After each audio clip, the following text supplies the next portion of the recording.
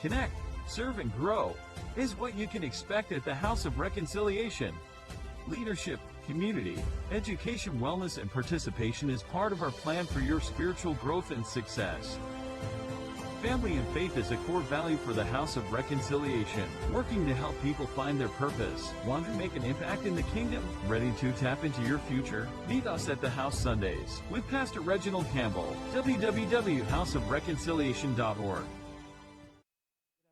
Welcome, man. Thank all of you for joining us. We're here at 1427 Suite E, Launch Road, and to all of those that are part of the Mother Church in Greenwood, South Carolina, and of course to all of our virtual campus members, and also to our global connections.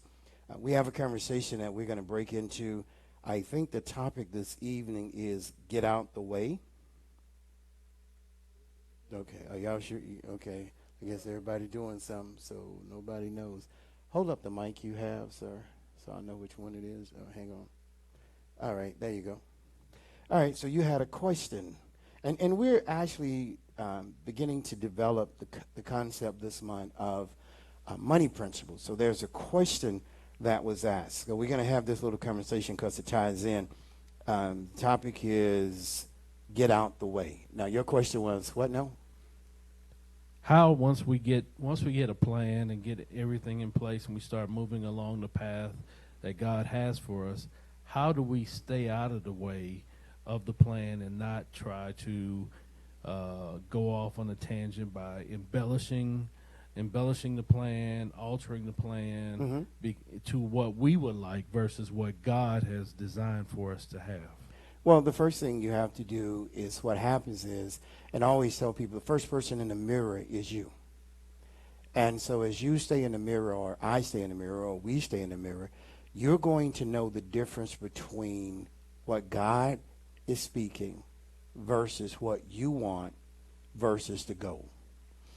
Truthfully, as long as we're in human form, we're always going to be in conflict with the dream. We're going to be in conflict with reality, because the mind has basically four things that always are influencing it. Number one is illusions. Number two is imagination. Number three is, what was number three we called it? No, it's another one. It's illusions, imagination, hallucination.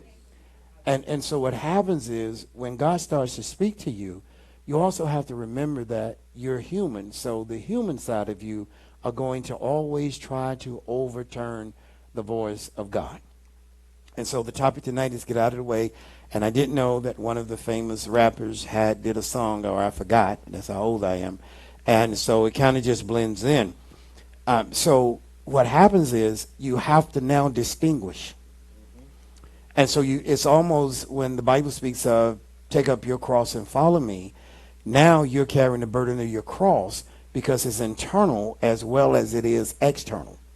So then you have to make up your mind is, what is the plan? What did God give me? And I am supposed to be focused. Here's what the adversary likes to do.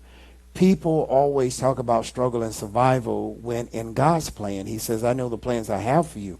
Disobedience disrupts the plans. The only thing that can bring disobedience is between our mind and our flesh. We can put it on paper. So what we have to do is we have to grow to the point spiritually and become subconsciously aware that my vision has to be bigger than my moment. My vision has to be bigger than those that are around me and have influence on me. Because human nature will always try to get in the way. And I know someone's saying, well, what does this have to do with finances? I'm going to tell you. Eternal life was given, but look at how Adam and Eve, one thing, one structure, one rule, and they failed. If you're doing math, one decimal off, you will not get your total sum. So what the enemy tries to do is make you take the place of your source of life, makes you feel like you're in charge of your own respirator of life. So you do you. Hey, I went to school. Hey, I graduated. Hey, I've made good decisions. Here's the thing we don't have. The ability to predict our health and the ability to predict the future.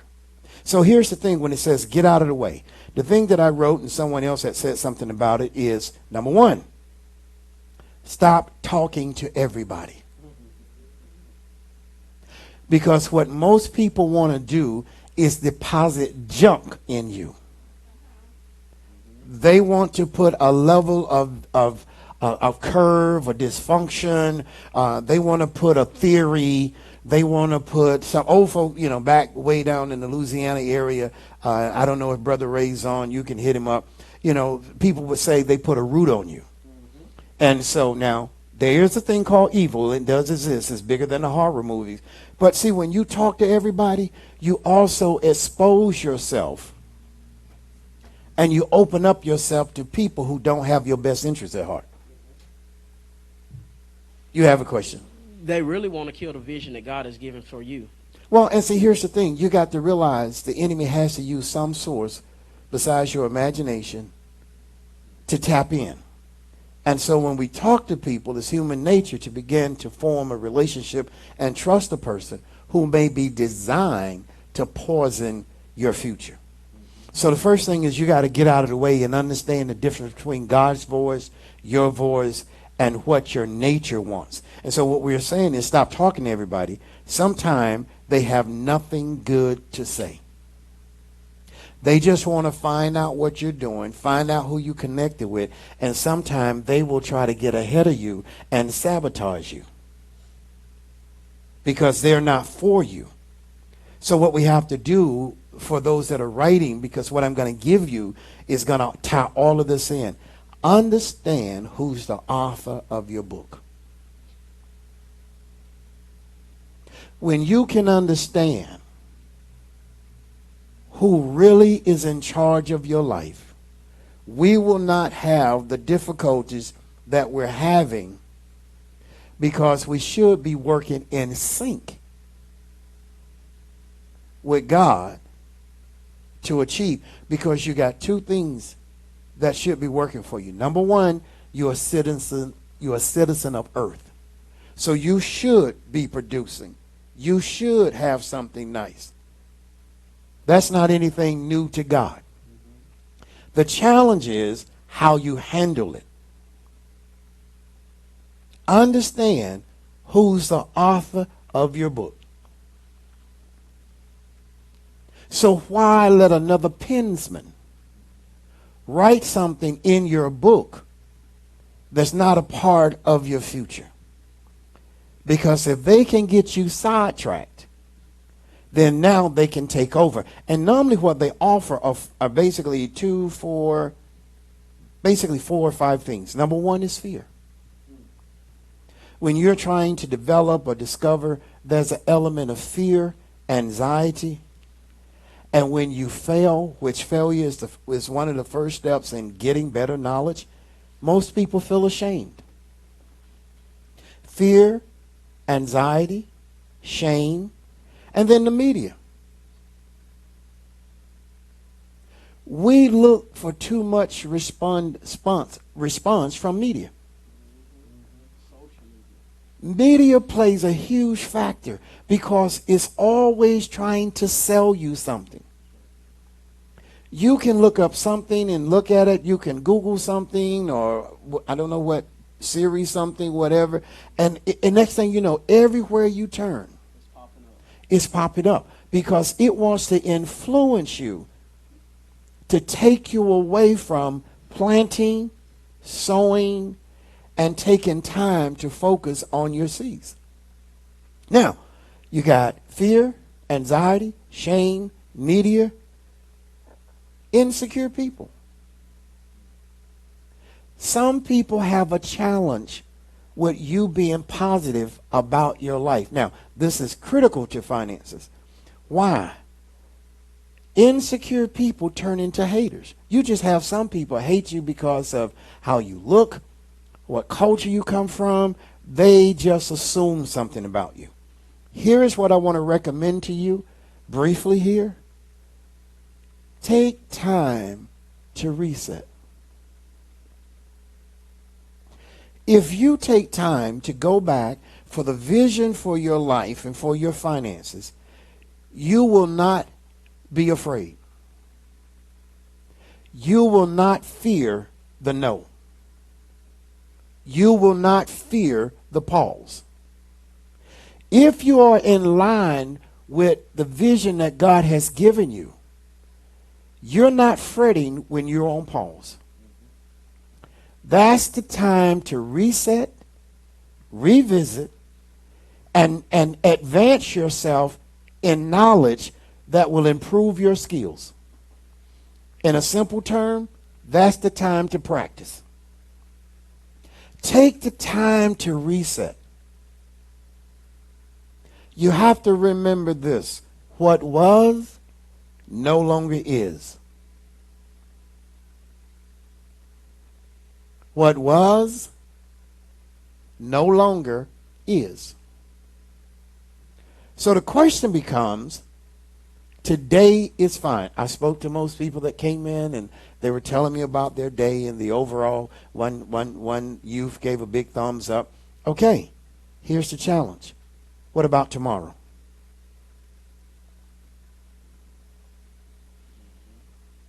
What's in your repertoire that you're planting psychologically? How are you changing your philosophy to be more effective tomorrow? Who's coaching you? It's tough to win without mentors. I want you to do this. I was listening to a gentleman, learned quite a bit from him. In your spare time, study the pandemic and what happened in Decatur, Georgia. Decatur, Georgia was in the top 3 or the top 5 in the nation, highest in profit index in the country. Not just Georgia, in the country. And they were living at the peak. They had the vehicles, they had the jobs, they had the titles. They were quite quaint in that area. When the pandemic came, they were one of the nation's highest foreclosure in the country.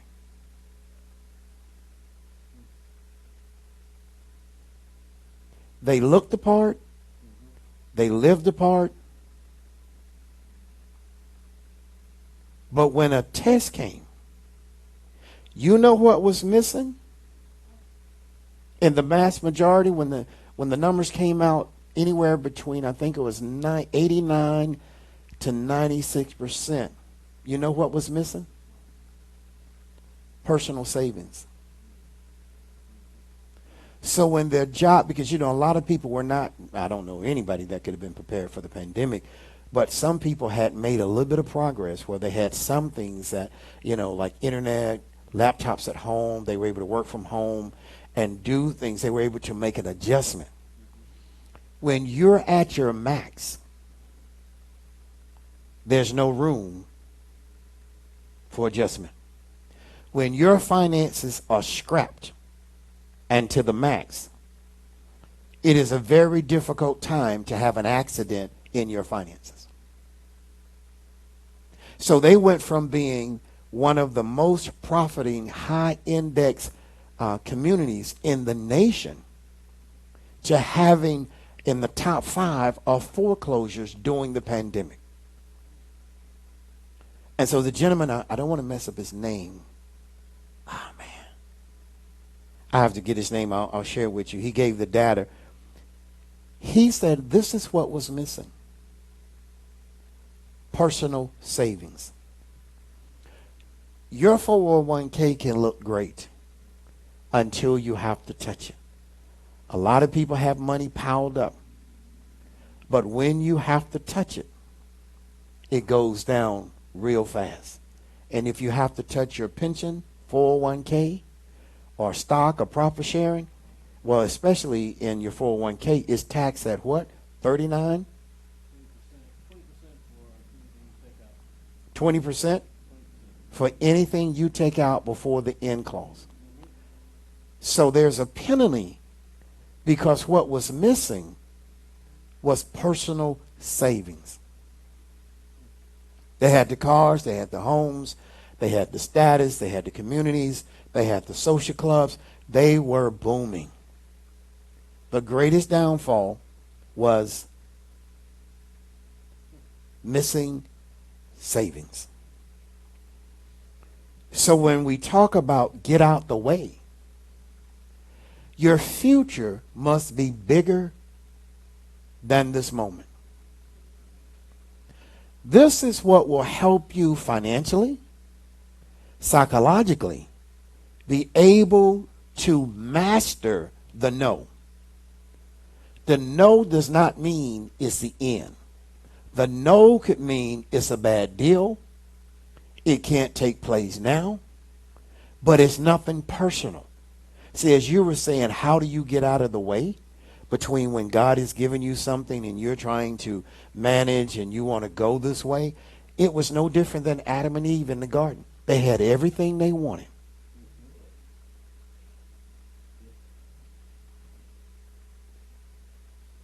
Everything they wanted, but they were not satisfied. You have to know when to pull your hunger back in. And if we are aligned with the source of life, and we are governing and being good stewards over that, between going to a place that's preparing you for your future, between God speaking to you, and between having a plan written down. See, people don't have checks and balances. They just have debit cards and credit cards. And as long as it's not declined, I'm good. You got a question? Yes. Okay. How imperative, as we're talking about finances, is it for us to distinguish and understand what our wants versus what our needs are? Simple. How does this push you forward? And how does it bring value? And can you sell it tomorrow more than what you paid for it today? There were plenty of people who took major vacations, went to major places, were in major things, but did not prepare, did not use the Joseph principle. And those principles are coming. We may be teaching finances on Wednesday through the end of the year. Those principles are coming. So you look good today. You have on your tees, you got your outfit on, you got all your paraphernalia on, you got your name brand on. But what happens tomorrow? Because if there's no time to reset. And this is what fear, anxiety, shame, media, insecure people, and haters do. Because no one wants to be seen failing. When you get into real business, they have a check and balance. You just can't tell somebody, yeah, I'm just going to do business. I'm doing. No, you're not. You're just talking in a parking lot. Real business has processes.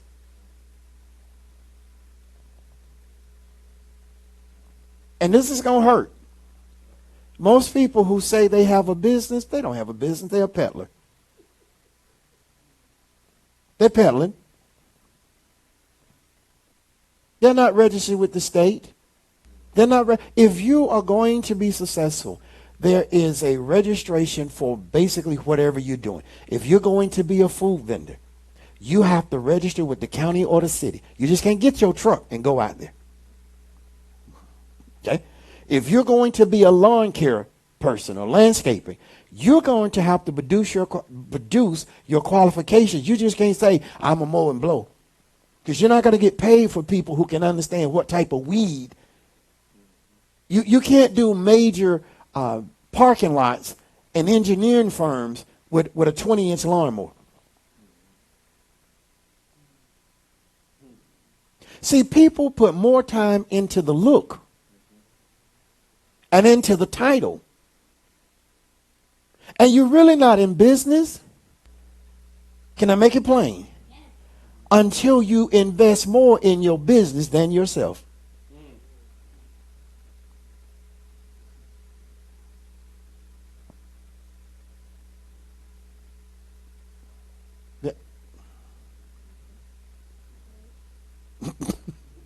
But delete that one. Can you break that down a little bit more? Okay, but you have to tell me what I just said. Because see, this is the Say thing about you're when not you're teaching and God gives you something and it leaves you. I have to go back and listen and learn just like you guys. What did I just say? You said that you can't consider yourself in business until you invest more in your business than you do in yourself. Okay, so you want me to explain that? Yeah, break that down. See, when you're doing you hadn't germinated. When you putting more, you looking like you got your little golf shoes on. You know, I looked at some golf shoes the other day. I got to go get me some cheap left-handed clubs. So if any of y'all have any in the closet that you need to get rid of, you know, just please bring them. Save me some money. But what happens is when you start to germinate your seed starts to germinate, the sacrifice becomes bigger than you. And to tie it spiritually, when Jesus said, Eli, Eli, Besephenai, why hast thou forsaken me? Because when you start putting more into your business, you, your family, your behavior in spending will now have to sacrifice for the future of your business. Your business should become bigger than your name. This is when the major soft drinks companies, you know who the red and white is, you know who the red, white, and blue is. You can just put those colors up and know the association. This is the whole concept of logos. So you don't have to put the name. You just see the logo. You see a red bullseye with white in it, you know who it is. You see blue, yellow with a big W, you know who it is. They don't have to, their resume, say it again, put it in the mic. Speaks for itself. So you don't see any of them standing out there posing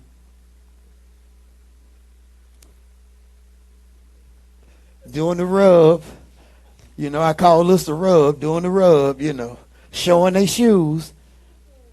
See, when your purpose becomes bigger than you, now you're aligning with God.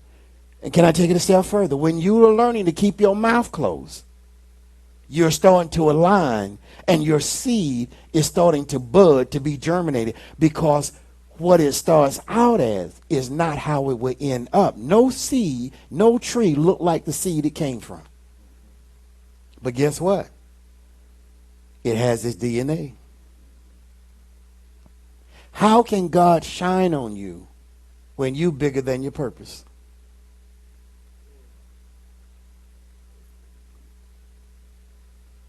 You somewhere poisoning your seed. You somewhere doing you. And see, here's the thing. You have to put time in. Listen, you're not going to be successful putting 1 hour a week in your business.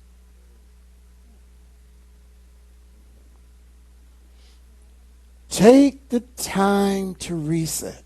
And here's the thing. Here's the thing. I'm going to close on this one. If you got to tell everybody about your business, then you don't have no business, because your business should be telling everybody about your business. Your client should be telling everybody about your business, not you telling everybody about your business. Because real business, can I throw this one in? They'll ask you, well, what are your principles? What is your business principles?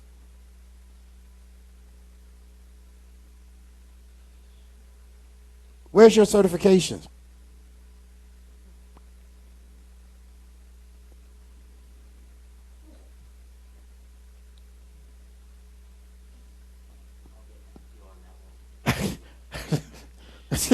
Yeah.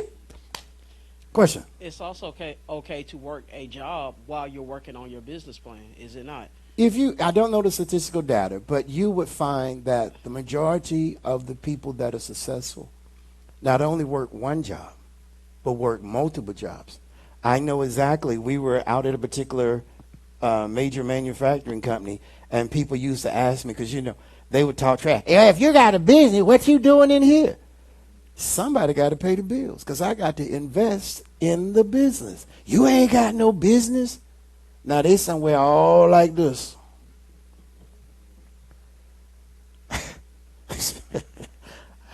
And I share it with others. I spent 18 hours yesterday working on finances. So you have to That's when you're growing. But that's a struggle. That's your cross. That's when you're about to be crucified. Now let me help you out. The crucifixion is not the only step. Ask me what's next. Somebody got to take you off the cross and put you in the tomb.